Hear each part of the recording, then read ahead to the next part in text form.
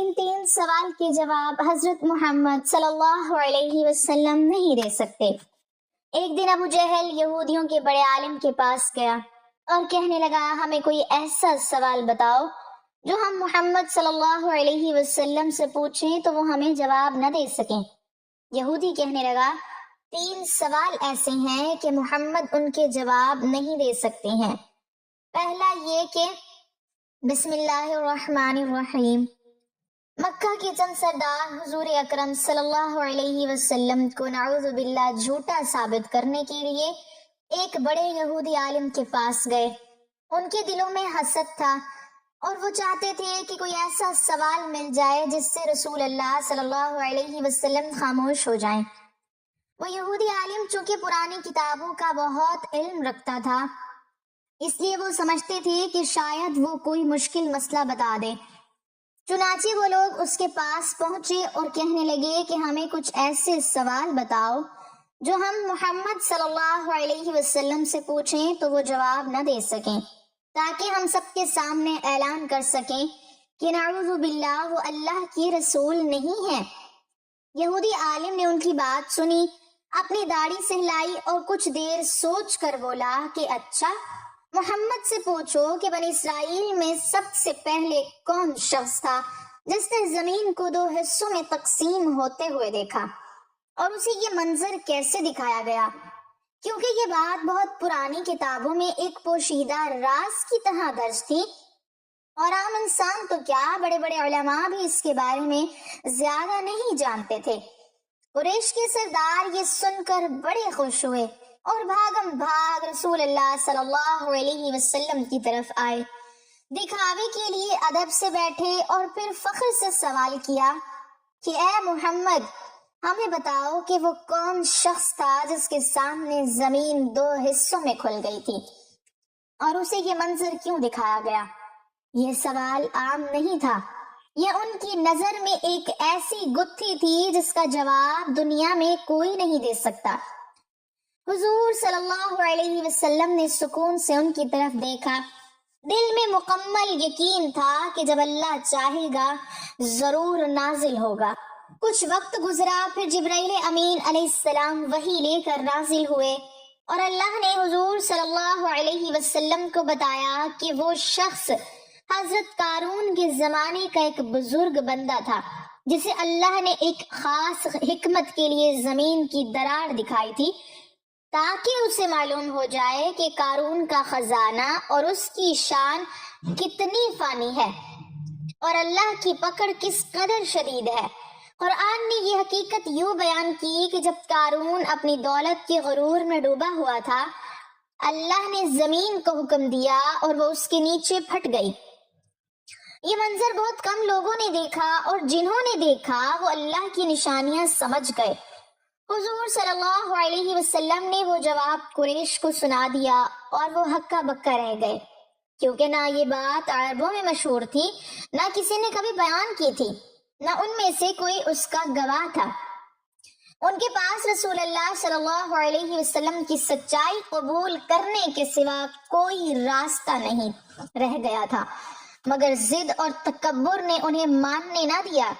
یہ واقعہ اس بات کی علامت ہے کہ اللہ اپنے نبی کو ایسے رازوں کا علم عطا فرماتا ہے جو عام انسانوں کے لیے پردے میں ہوتے ہیں، اور جو شخص سچی نیت سے سوال پوچھتا ہے اسے ہدایت ملتی ہے، اور جو ضد کے ساتھ سوال کرے وہ ہمیشہ رسوا ہوتا ہے۔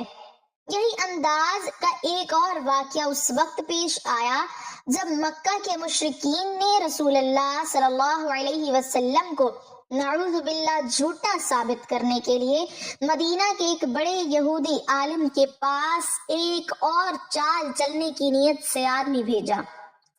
وہ آدمی یہودی عالم کے پاس پہنچا اور کہنے لگا کہ تم لوگ کتابوں کے بڑے جاننے والے ہو، ہمیں کوئی ایسا سوال بتاؤ جو محمد صلی اللہ علیہ وسلم کو لاجواب کر دے۔ یہودی عالم نے اسے اوپر سے نیچے تک دیکھا، پھر گہرے لہجے میں بولا کہ تم لوگ محمد صلی اللہ علیہ وسلم کی نبوت کا امتحان لینا چاہتے ہو؟ تو سنو، اگر وہ واقعی نبی ہیں تو یہ سوال ان کے لیے مشکل نہیں ہوگا، لیکن جو نبی نہ ہو وہ کبھی اس کا جواب نہیں دے سکتا۔ اس نے کہا محمد سے پوچھو کہ وہ لڑکا کون تھا جسے اللہ نے اپنے نبی کا ساتھی بنایا، جو بچپن میں اپنی ماں سے دور ہو گیا تھا، جسے ایک پرندے کی وجہ سے زندگی کا رخ بدلتا ہوا دکھایا گیا، اور جو بعد میں بنی اسرائیل کے نبی کے ساتھ ایک نشان قدرت کا سبب بنا۔ یہ سوال صرف اس کے کچھ تحریف شدہ نوشتوں میں درج تھا، اور یہودی بھی اسے مکمل نہیں جانتے تھے۔ وہ قریشی سفیر جلدی سے مکہ پہنچا اور سرداروں کو جمع کر کے بولا کہ آج ہم محمد صلی اللہ علیہ وسلم کو گھیر لیں گے۔ اگلے دن وہ سب بڑے غرور کے ساتھ حضور صلی اللہ علیہ وسلم کے سامنے آ کر بیٹھ گئے اور کہنے لگے، اے محمد، اگر تم اللہ کے نبی ہو تو بتاؤ وہ بچہ کون تھا جسے پرندے کی وجہ سے نشان قدرت دکھایا گیا۔ یہ ان کا خیال تھا کہ حضور صلی اللہ علیہ وسلم نعوذ باللہ خاموش ہو جائیں گے۔ حضور صلی اللہ علیہ وسلم نے کسی گھبراہٹ کے بغیر فرمایا کہ میں تمہیں جواب دوں گا جب میرے رب کی طرف سے وحی آئے گی۔ کچھ دن بعد جبرائیل امین علیہ السلام نازل ہوئے اور سورۃ القصص کی آیات لے کر آئے، جن میں حضرت موسیٰ علیہ السلام کا واقعہ تفصیل سے بیان کیا گیا تھا۔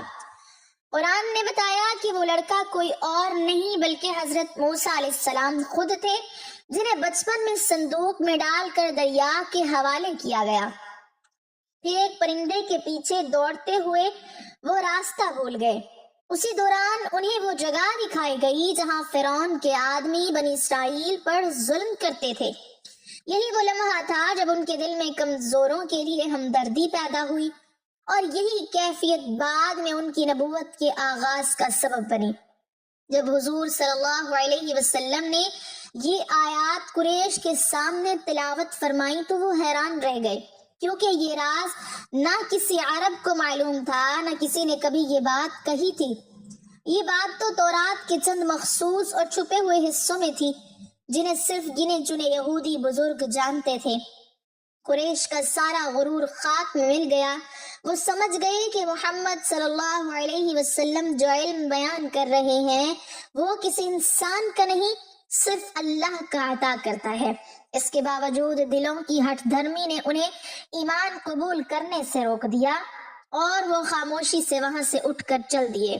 یہ واقعہ اس بات کا روشن ثبوت ہے کہ اللہ نے اپنی نبی کو وہ علم دیا جس تک دنیا کی کوئی کتاب اور کوئی انسان نہیں پہنچ سکتا۔ جو دشمن یقین توڑنے آئے تھے وہی قرآن کی سچائی سامنے آتے ہی شکست کھا کر واپس جاتے۔ یہی انداز کا ایک اور واقعہ مکہ کے ان دنوں کا ہے جب قریش کے سرداروں کو ہر روز یہ فکر لاحق رہتی تھی کہ کہیں لوگ محمد صلی اللہ علیہ وسلم کی باتوں سے متاثر ہو کر مسلمان نہ ہو جائیں۔ وہ ہر قیمت پر چاہتے تھے کہ حضور صلی اللہ علیہ وسلم کو نعوذ باللہ جھوٹا ثابت کر دیں۔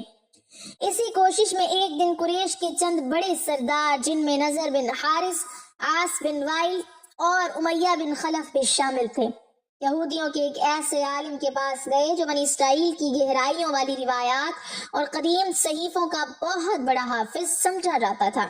قریشیوں نے اس کے سامنے گھمنڈ سے سوال رکھا کہ ہمیں کوئی ایسی بات بتاؤ، کوئی ایسا راز، کوئی ایسا سوال جسے ہم محمد سے پوچھیں اور وہ جواب نہ دے سکیں۔ وہ بوڑھا عالم کچھ دیر خاموش رہا، پھر بولا، اگر وہ سچا نبی ہے تو اس سوال کا جواب ضرور دے گا، اور اگر نہ دے سکا تو تمہاری بات ثابت ہو جائے گی۔ پھر اس نے کہا، محمد سے پوچھو کہ وہ کون سا فرشتہ ہے جو بار بار بنی اسرائیل کی مدد کے لیے آیا، جسے کہ انسان نے اپنی آنکھوں سے تو نہیں دیکھا مگر اس کے قدموں کے نشان ایک انجان وادی میں ظاہر ہوئے تھے۔ اگر وہ نبی ہے تو وہ اس کے بارے میں ضرور جانتا ہوگا۔ قریشی سردار یہ سنتے ہی مسکرانے لگے۔ انہیں لگا کہ یہ تو کوئی ایسا سوال ہے جسے پورے عرب سرزمین پر کوئی نہیں جانتا۔ دوسرے دن وہ اکڑتے ہوئے حضور صلی اللہ علیہ وسلم کے پاس آئے اور بڑے فخر سے پوچھا، اے محمد، بتاؤ وہ کون سا فرشتہ تھا جو بنی اسرائیل کی مدد کو آیا تھا مگر کسی نے اسے دیکھا نہیں، اور اس کے قدموں کے نشان کس وادی میں ظاہر ہوئے تھے؟ یہ سوال واقعی سخت تھا، عربوں کو تو اس کا ذرہ برابر بھی علم نہیں تھا۔ حضور صلی اللہ علیہ وسلم نے فرمایا کہ جب رب چاہے گا جواب نازل فرما دے گا۔